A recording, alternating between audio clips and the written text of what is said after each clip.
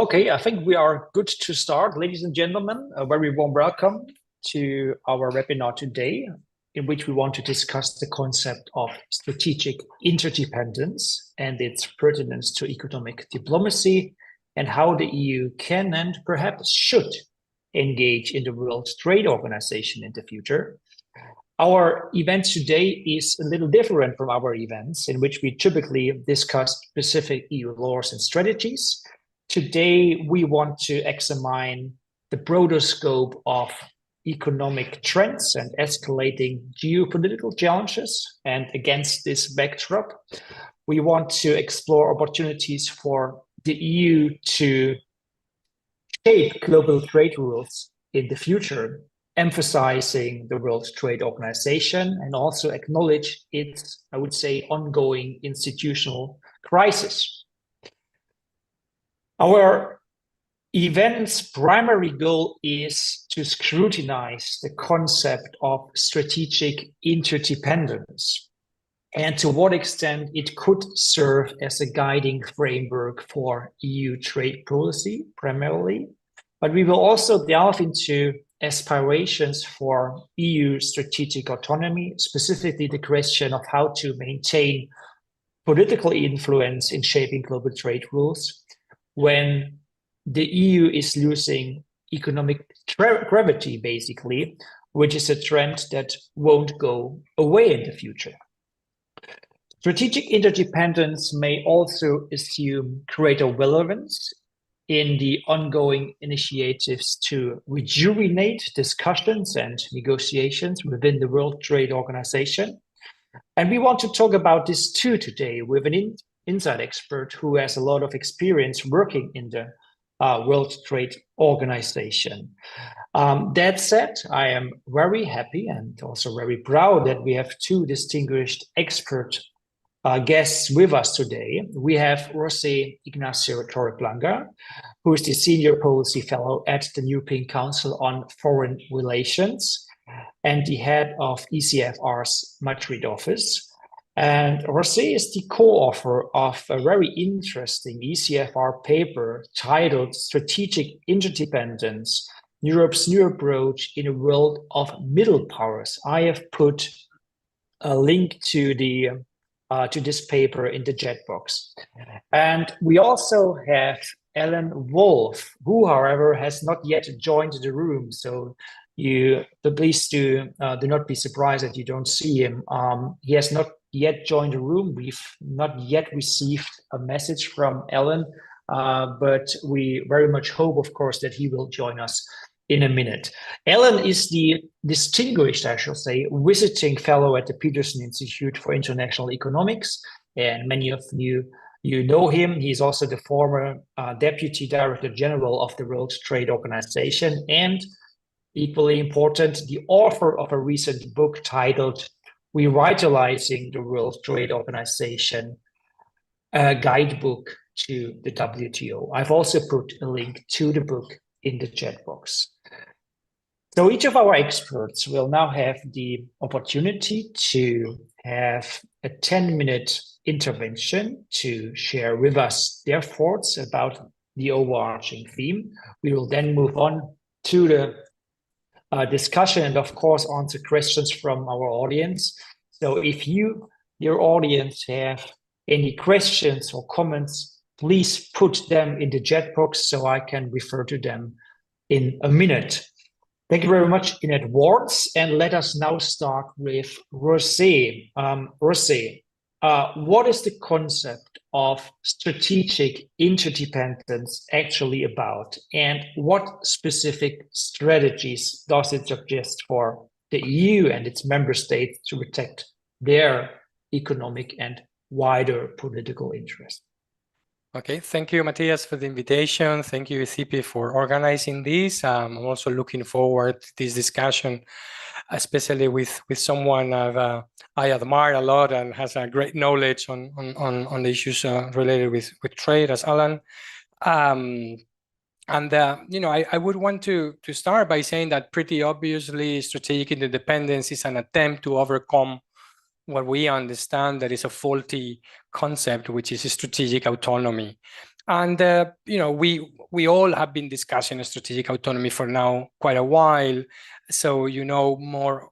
I mean, the arguments more or less, but the problem is that strategic autonomy is faulty on two levels. The first one, honestly, which is conceptual, I wouldn't be much worried about if it worked in practice. So the fact that strategic autonomy is a concept that is expansive, that is circular, that is not really well defined, and that has moved and stretched from defense to health, wouldn't be, could be understood as a kind of an academic criticism if it worked in practice. The problem is that it doesn't work in practice. It divides us internally in the EU, at least on two fronts, economically and in security terms. So the concept is clearly not only performing, but also kind of revealing our divisions rather than actually helping to heal them or to overcome them. Because economically, it opens up a debate on protectionism versus openness, and then we have to end with all these qualifications of open strategic autonomy, which of course does not make any sense, and then proves that the concept is faulty. France rejects to use the concept of open, the adjective of open, in documents produced by the Council. So it's only the European Commission that can use open strategic autonomy. Then the Council, as we saw in Granada, has to talk about resilient EU. So it doesn't make sense because it really does not unite us on, and shows that we don't have a clear strategy when it comes to protectionism versus openness. But then in security terms, where the term emerged, it's also the same. Some countries, member states, fear that the concept undermines NATO, an American presence in the continent, whether others would want to use that as a way to enhance European defense at the cost of that. So there are many reasons, both conceptual and practical, which would lead us to overcome the concept of strategic autonomy. Then, as Matthias and ECIPE in your papers have, and I think most of us will agree, it is true that it doesn't, even if it worked, would it make sense for the EU to become autonomous? Is this what we want? Is this what defines us? Would we be able to achieve that? And at what cost? So we've thrived under interdependency. We thrive in an open, multilateral, rules-based system. So part of the problem with the concept of strategic autonomy is that it does not only not work at home, but it also projects an image abroad of the EU, which puts countries off, or they understand that we are disengaging rather than actively seeking to work with them. So, and then comes all the idea of how do we behave in a bipolar world presided by confrontation and a kind of a new Cold War era. We think that strategic interdependence is a tool which equips us much better to engage in building relationships with middle powers or countries which want to work with us, which broadly with whom we share approaches and views of the need of having an international, a multilateral rules-based international system, because we factor in also their interests when we discuss strategic independence. So we think that it's also a tool for abandoning strategies of decoupling. We all agree, even if we disagree maybe on how much de-risking in which fields and to which extent, but it's true, we learned the hard lesson with Ukraine, and we are learning the hard lessons with some critical raw materials, but also semiconductors, that you cannot be so dependent or on some relations which are toxic geopolitically, and it does not make sense that in moving from a carbon-based economy to a digital and green economy, we just trade dependencies from oil in the Middle East to raw materials coming from anywhere or other countries from which we are dependent. So it would be really paradoxical that we would end up decarbonizing Europe but becoming ultra dependent on political relations that are not safe and that we cannot guarantee their continuity. So, but we by moving to strategic independence, we can address middle powers in their concerns. We can help also build global governance institutions, even if that starts from EU regulations. I think we are critical of the Brussels effects in the sense that it is not enough, or it is counterproductive for the EU to just sit down and draft regulation and then see what happens in the rest of the world.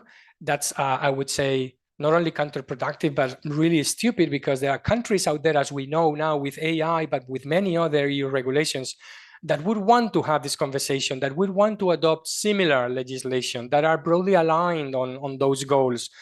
So we think we should incorporate ex ante in our regulatory processes what are the interests and the possibilities to have an impact on regulations worldwide. And I think AI is a very good case in point. And then we are opening a new generation of trade agreements in a world which it's hungry, maybe we are hungry for keeping trade open, but it's really turning into protectionism. To try and think of new relationships in which we not only talk about trade and investment, but knowledge and capacities for countries which want, at the end, more or less what we want in terms of decarbonizing and green and digital transitions. I'm biased here by my kind of Latin American background, but if you look at the agreement the EU just signed with Chile, it is very clear that that's at least a model for things we want to do, we should want to do, to invest in countries which are contested, in which China is also present, but in countries in which their values and their orientations are largely towards European goals in terms of fair digital and green transitions. But also in terms of decarbonization and green hydrogen and so on. So I think we think strategic independence changes the conversation into the things we need to do and how to better relate with countries out there, not imposing our agendas or not projecting the view that we are just shielding from competition, or that we just care about other countries to preserve our security and our safety, but not theirs, and not taking into account their interests. So I would stop maybe here for this first round. Yeah, thank you very much, Rossi. We actually wanted to hand over to Ellen, who has not yet joined our webinar. This is a bit unfortunate because I actually wanted to get him speaking about how this concept of strategic independence, which is, if I understand it correctly, more focusing on what the EU can do together with other countries, more or less bilaterally, outside the realm of the WTO. I wanted to hear his perspective on this, but I mean, I can also address this question to you, Rossi. You mentioned the EU-Chile modernization agreement, if I understand it correctly. And you argue that policymakers in the EU should continue efforts in building strategic partnerships with individual countries, perhaps also smaller groups of countries, countries like Chile in an emerging a la carte multipolar world. Can you explain to our audience why this is, in your eyes, a good way to proceed? And are there any other countries that you would consider priority countries for the EU to engage with, countries that would qualify as priority partner countries in the near-term future? Yes, of course. It's not necessarily only by turning to individual countries, but we have to scout and to scan countries out there with whom we want to have these kind of conversations. We know, of course, that the broad realm or the OCDE is a territory which is very fertile for engaging in this kind of discussions. When we speak of strategic independence, we've seen also agreements with countries which they do also want their strategic autonomy, like Kazakhstan.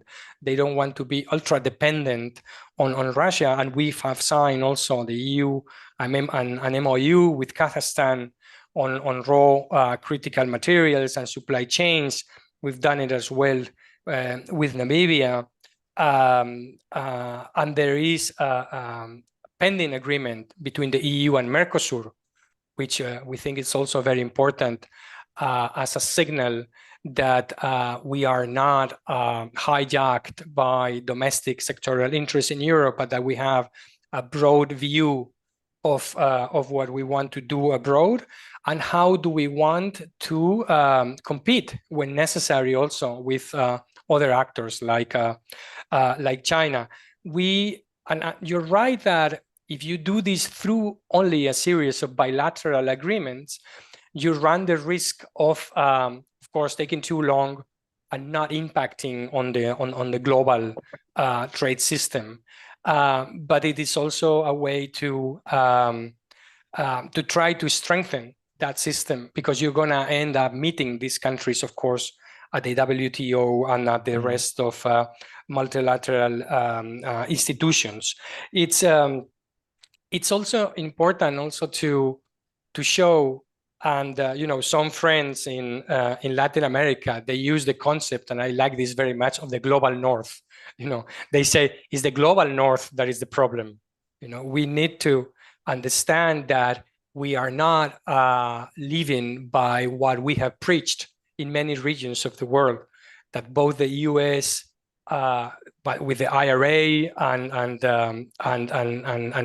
Made in America, and also the China by decoupling, are increasingly looking at the rest of countries as instruments of their own industrial development and industrial policies, but they're not trying to understand how those countries can industrialize along with them. So we think that this is also very important.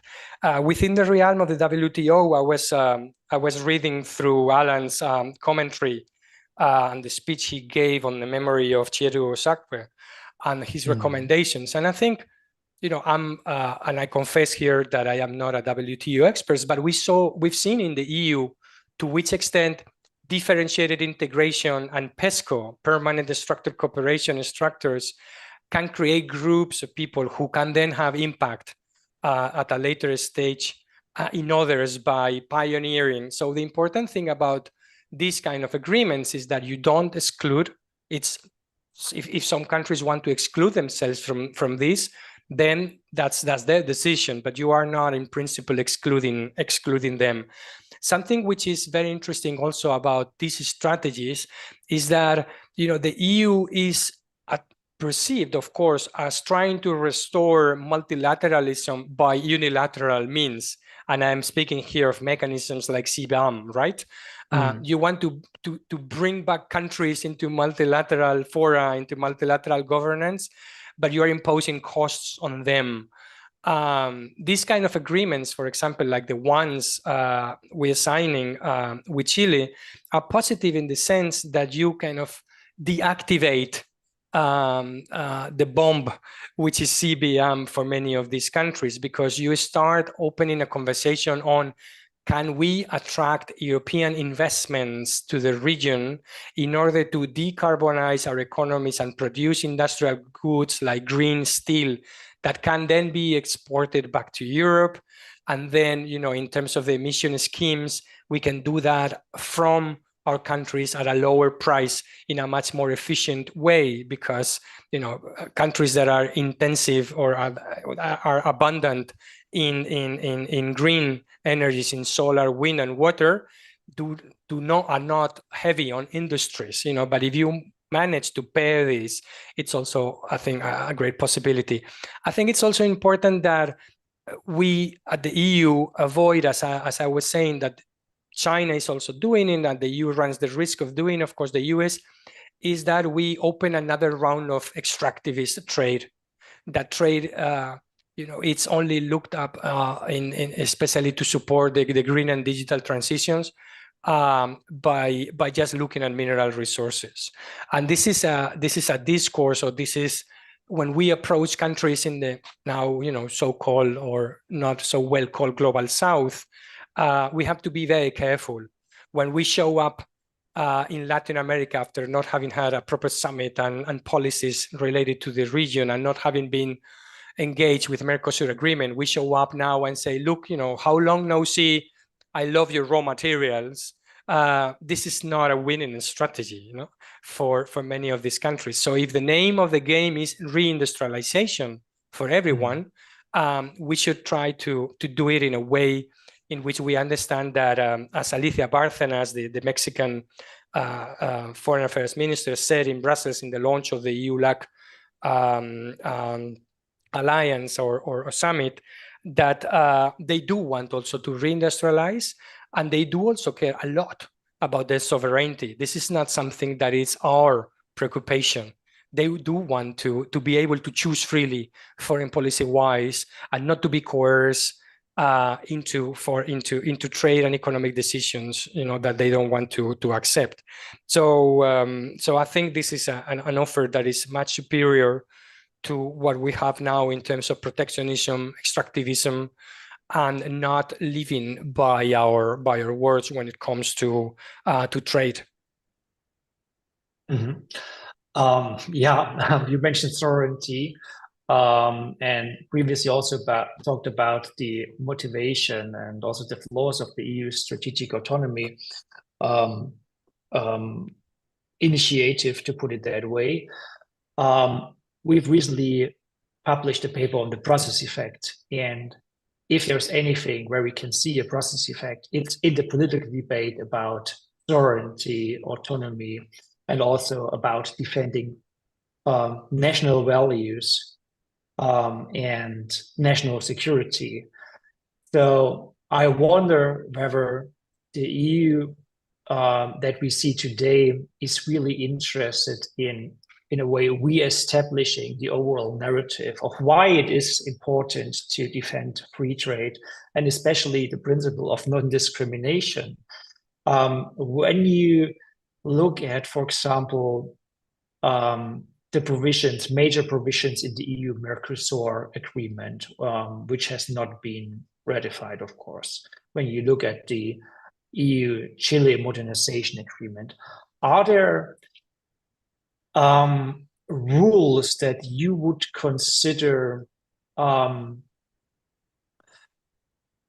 of being in the interest of other countries as well, where you could, for example, think about extending these regimes to a club of like-minded countries? That could be OECD countries, it could be less developed countries, in the spirit of open plurilateral agreements, which would, in a way, sideline the WTO, but nevertheless would effectively avoid ending up with the prominent noodle bowl of international agreements and provisions. So what do you think? The basic questions I want to ask is, what do you think about open plurilaterals? Yeah, well, in fact, some of these countries like Chile have been doing this in unilateral ways. With Chile concluded this landmark agreement on digital trade and services with New Zealand and I remember, if correct me if it was Singapore as well, right? Yep. So this theta trade so this is kind of also, I think, if you can build modular agreements that are then expandable, I think some countries, of course, in the Global South are very interested in this because they don't want to attach themselves exclusively to the EU, to China, or to the US. The doctrine for many of these, not only middle powers, but countries that are in transition, is to play what they call kind of an active non-alignment for many of them. And therefore, they need these kind of rules when it comes to trade in digital services, but also for green investments that I think that are, of course, in the interest of the EU, but are also in their interest. Part of the problem, as we know in Latin America, is that countries don't trade enough with themselves that is very poor in terms of regional integration, despite having, of course, many advantages and many potentials in that realm. But for example, one of the things that that the EU, I think, has to be more consistent in pushing for, it's regulations on data, because in many countries, for example, again, I'm referring to Latin America, local legislations are aligned, but only Argentina and Uruguay have received data adequacy decisions from the EU, which in fact means that your digital services are in the internal market for all purposes. And that is a very powerful tool to the extent to which we can engage by these kind of agreements and promote them, which do not need parliamentary ratification, and somehow stay below the radar of also maybe groups where are seeking, protectionist or promoting protectionist agendas, but you can very effectively integrate markets and digital markets in a way that's not that difficult. Mm-hmm. Of course, the EU has to be not necessarily lower the standards, but try to help create those standards by which these countries who are aligned on these, they have co-signed an Ibero-American Chart of Digital Rights, which includes all the right things in terms of or the things that we share in terms of human-centric approach to technology and so on, but they lack maybe the money for implementation, they lack the agencies. That's the same case also in cybersecurity, where you should be helping more, because it doesn't make sense to digitalize without ensuring that this is done in a secure way. So there are elements in these trade agreements, specifically in the association part, in the cooperation part, that are, I think, very important. For example, with Brazil also, the problems are with the trade, but it's a mixed agreement, right? So, and in the association agreement, there are mechanisms for helping monitoring deforestation, for example, for using Copernicus to help authorities to monitor in real time deforestation by using European technologies, and also creating the innovation ecosystems at home and so on. So I think we are too narrowly looking at trade issues, disregarding potentials on digital trade and trade in digital services, but also in investments, which could help also, as I said, deactivate these concerns, these environmental concerns that we have. And I think both the OECD and there are many institutions that are looking at this with great interest. And it's for you to see, to decide, how much of this can the WTO deal with. But I think we have enough experiences there that we need to probably clear the mines which prevent agreements at the WTO level by doing enhanced cooperation in some of these areas with some countries we can deal with effectively, right? If we're able to. Mm-hmm. Yeah.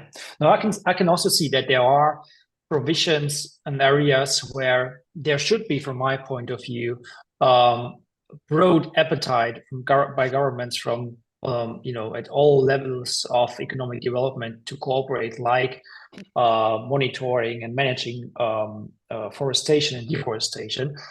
We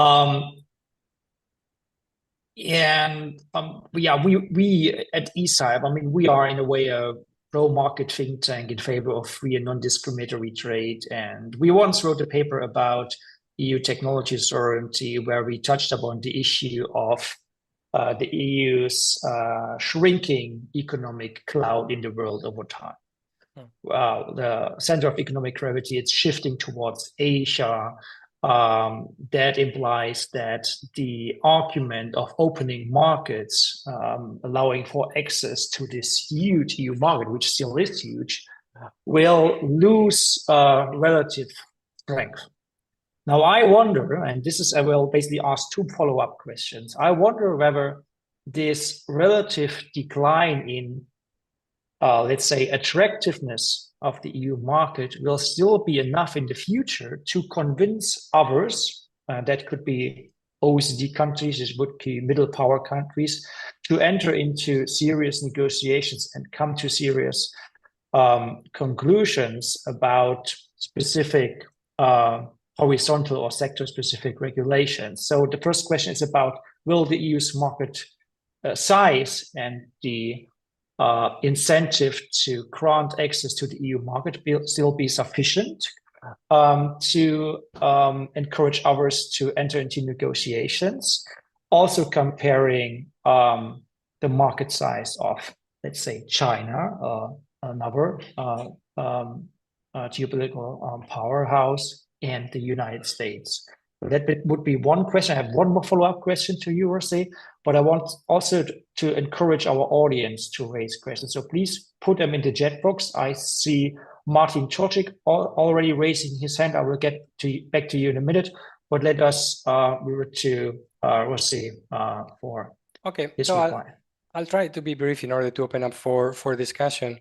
As you say, it's true that if the EU projects an image and by facts also contributes to cement that image, that by strategic autonomy is actually shielding itself and making it less attractive for others to enter the market, and they just have, or they will be just passive receivers of EU legislation by, the fact that these standards are going to hit them even if they don't operate within the internal market. That can, of course, be very negative. We have, as guess you as well, I wouldn't say great expectations, but we are expecting the two major reports on European competitiveness by Draghi and Enrico Letta. And Enrico Letta, by Draghi and Enrico Letta, in order to see, how much, as I said, in this debate between innovation and regulation, how much, can we change things in order to escape from that debate that is a trade-off and so on, how to better regulate in order to foster and to nurture innovation, to be more attractive. That's, we have to turn the question probably around. As you said, but then there is a factor not only of how well or how bad we do at home, it's how Chinese and Americans are going to be doing. And here there are also, we are right, and we have to be critical with ourselves and keep the debate and the pressure, of course, on remaining open and so on. But to which extent the IRA is going to shift or not, is going to survive an eventual access to Trump, from Trump to power. Is the IRA just industrial policy or environmental policy?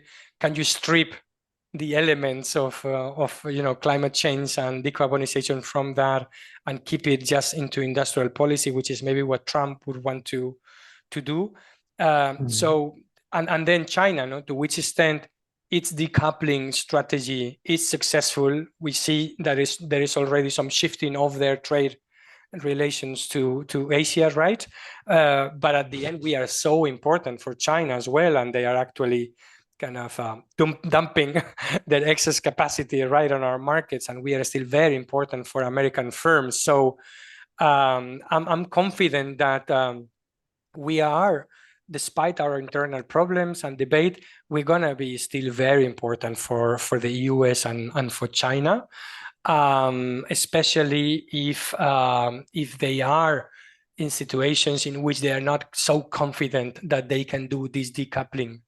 And it's very important for us to get it right, because we don't, or we need to escape from this bipolar confrontation. It is already damaging to have a Cold War on tech, and we haven't seen yet what the consequences of these are going to be. But the more we're pushed to produce at home and to invest on technologies and rather than buy them on the market because there is geopolitical uncertainty, the more costly this is. So we are asking our economists like you to tell me how to be competitive while I tie you one hand to the back because there is geopolitical competition with China. I tie you another hand to your back because Trump is coming and the US protectionist, how can you then deliver on what I am asking you to do and then you want to be resilient and not to be coerced and to have indigenous capacities and to do industrial policy. It's kind of a square in the circle. And some people are already talking of a trilemma there, right? That you are not going to be able to have it everything. You cannot have a strategic autonomy and be competitive at the same time and keeps a rules-based international system functioning. There are some trade-offs there that you have to deal with, but I think, and I say, I'm confident that Europe is strong enough in its market that even if we sometimes try to damage ourselves, we're going to stand in relatively well relative to others who are maybe damaging themselves more than us in the near future. Yeah. I share many of your views. That's for sure. What a thought that just came to my mind is, and that's very much related to a key question that we want to address at this webinar, and this is about what the EU, perhaps what needs to be done at member state capitals to improve the attractiveness of the EU as legal regime in order to be able to influence others to cooperate regulatory. I can see, and that would be sort of a thesis from me at this point, that to many countries, China and the United States, they are more compelling in terms of offering either access to their markets or exchanging, exchanging is the wrong word, or cooperating more closely when it comes to regulation or copy-pasting regulations, mutually accepting each other's regulations. When we look at the EU, and you mentioned this, we have a debate now again about competitiveness. The three presidencies, Spain, but also Belgium, and the next one, Hungary, they are all working hard on how to increase the EU's future economic competitiveness, international competitiveness. But we've seen that before with the Lisbon strategy, with the, I think it was EU 2020 strategy, and all that did not really work out. What we saw is the EU becoming, I would say, more protectionist internally with regulation like GDPR, with regulation like the Digital Markets Act, but also a relaxation of state aid rules. And I wonder to what extent the EU's regulatory offer is actually appealing to other countries. When you look at GDPR, for example, there is indeed a process effect that is often spoken about in panel discussions, but I would say it's a very weak effect. It has encouraged our governments to consider similar regulations, but there's not an existing government out there that exactly copy-pasted what we have in the EU. The same is true for gatekeeper regulation, for digital policies in general. So I think what the EU really does with its signaling power is to encourage others to pursue similar spirited policies outside the EU. But at the end, what we see is more regulatory fragmentation. What we also see is, and here I get back to the middle powers that you're referring to, here we don't see much appetite to consider or let alone copy-paste EU regulations and adopt it at the national level. So I wonder whether it would be more compelling for the EU to engage in a process of competitive liberalization within the EU's, say, internal market to become a regulatory role model that others want to follow. What do you think about that? Basically comparing the trend of, let's say, the past 20 years, where the EU generally became more restrictive in terms of regulations internally, to some extent also in trade policy, and the need to liberalize in order to revive economic dynamism in the EU. Well, that's true that, when you see that countries so distant politically, but also in the way they look at many things in the world, as Spain and the Netherlands, for example, they were the promoters of the idea of open strategic autonomy, and this was done in governments with different colors. The Social Democrats in Spain at the time, who people may think that are not liberal when they come to trade issues and so on. But this is in a sense, I think, the coalition that you saw around open strategic economy, including largely, peripheral countries all around Europe to France and Germany, from Spain to Scandinavia to the Baltic, Central Eastern Europe, and the Netherlands. That tells you a bit about this idea that if you're not able to dominate the process of lawmaking within Europe, because at the end of the day, France and Germany are very heavy, and they most of the time they agree among themselves, and then the agreements they incorporate others, but it's largely by their design. Then that you import that competitiveness by being open, in a sense, and that many countries, and this was part of the discussions that Enrico Letta had with the Spanish authorities when he was in Madrid in preparation of his report, that we don't see that there is enough of a symmetry in how industrial policy and these big investments are taking place.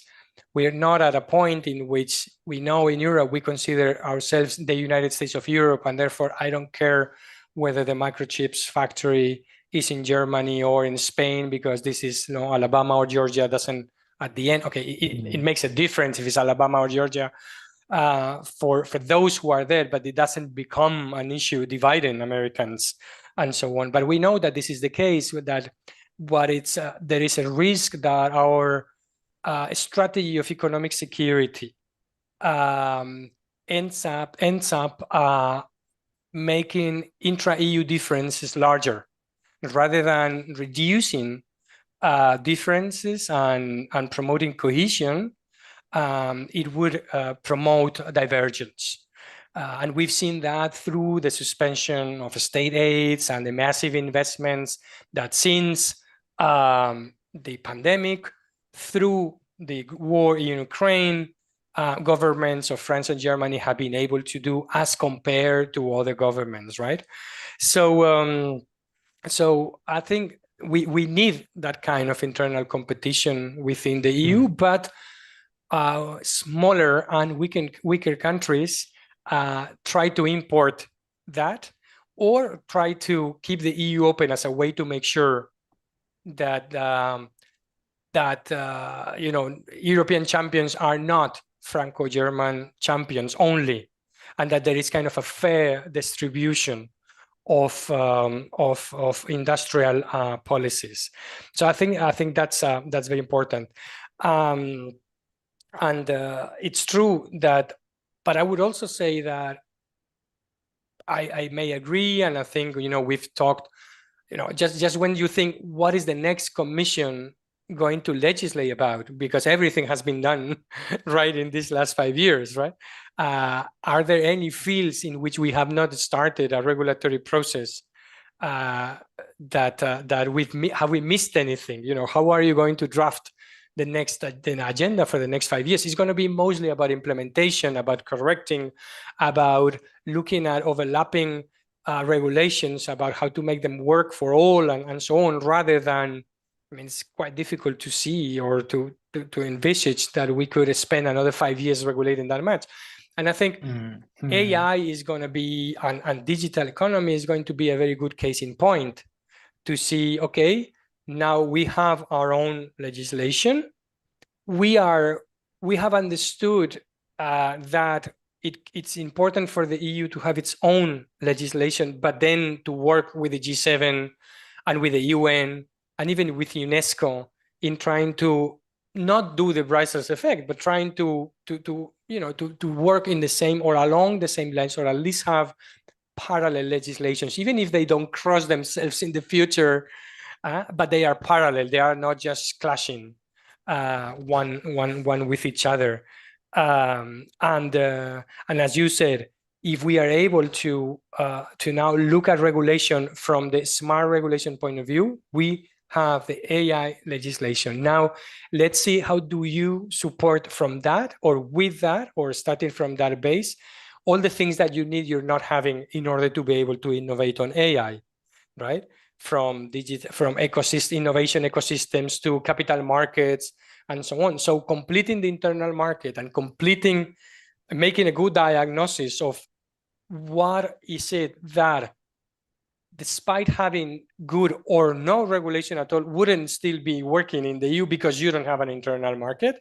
And this is something Enrico Letta has been kind of going around and collecting lots of examples of things that are not properly working. So even if even if you remove regulation, you wouldn't still have that, because you need a better regulation, or you need to move regulation on capital markets farther down the road. So I think there is as I said, as we said at the beginning, we're very much looking forward to this push to internal market and competitiveness, because at the end of the day, we have American firms that are much more efficient in the single market. They are much more able to use economies of scale and to extract benefits from the single market than European firms. Why is that? Because they play with the same rules. Why don't we have firms being able to do cloud services in the EU? It must not be because of the regulation, because American firms are going to be playing with the same and are playing with the same regulations as European firms. So let's start looking elsewhere and elsewheres where these problems are. Yeah. Alan just sent me a message. He had a medical issue. So yeah. So at least we have a little more clarity about that. We may have it on another occasion on the topic obviously related to the World Trade Organization and the future of the organization, given the geopolitical issues and the institutional constraints we see. I don't see any additional questions in the chat box, so I would suggest that we come to a close. Thank you very much, Jose, for taking the time to present your thoughts on the topic of strategic interdependence, but also EU competitiveness and modes of cooperation between the EU and individual countries in the future. I think we digressed a bit here and there, but it was a very insightful intervention by you. And with that, I can only encourage our audience to give you a very warm virtual applause. Thank you very much. Thank you so much. I miss Alan, and I would be happy to listen when you invite him. Please count on me also, because I think it would be great to listen to his views. Okay, and thanks everyone for bearing with me as well for just for 1 hour. Yeah, it was a quick hour. Thank you very much. At least for me. Bye bye. Thank you. Bye.